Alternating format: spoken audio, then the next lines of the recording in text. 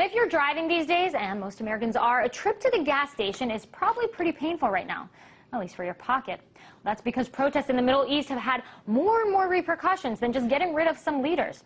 The uncertainty that's fueling more and more countries in the region to take to the streets, also raising the price of fuel. So, at a time when millions of Americans are already having trouble making ends meet, what could this mean for the economic recovery and also for Barack Obama's political future? Well, the publisher of the Trends Journal, Gerald Celente, is talking to us from New York for more.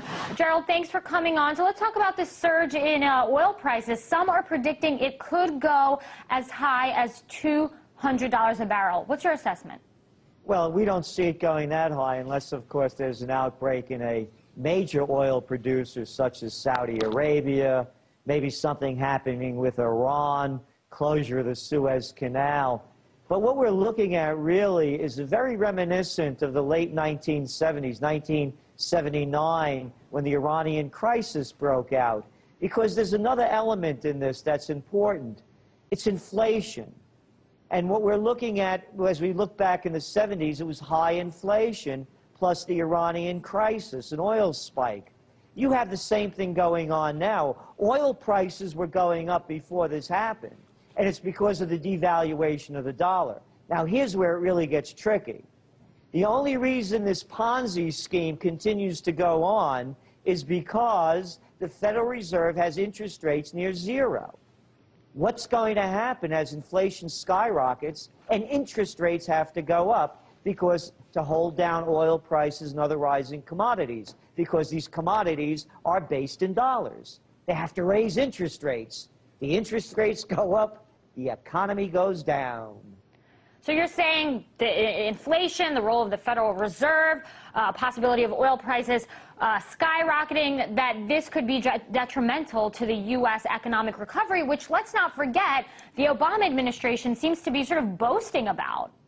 What are they boasting about? How could they boast about it? Look at the unemployment numbers. They said that they would be under 7% by now.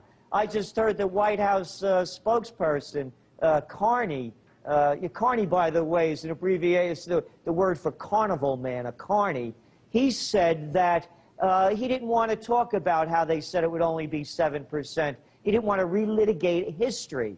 So the reality is it's more like 10%, way over 9, actually 22% according to John Williams. There is no recovery. It's a cover-up. It's only being boosted by these low interest rates, which again, when inflation skyrockets, they're going to have to raise them, and that crashes the economy. When is that going to happen, Gerald?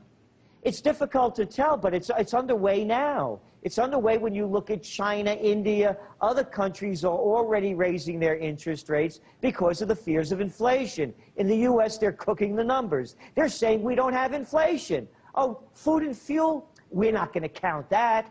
Why not? Well, because we made it up, and we're saying we're not going to count it. And, you know, when they're looking at the numbers and saying, you know, if gasoline goes up X percent, the GDP falls by X percent, that's not the way it works. When people fill up their tank and they see it registering $70 on the pump, you think they're going to go out and splurge?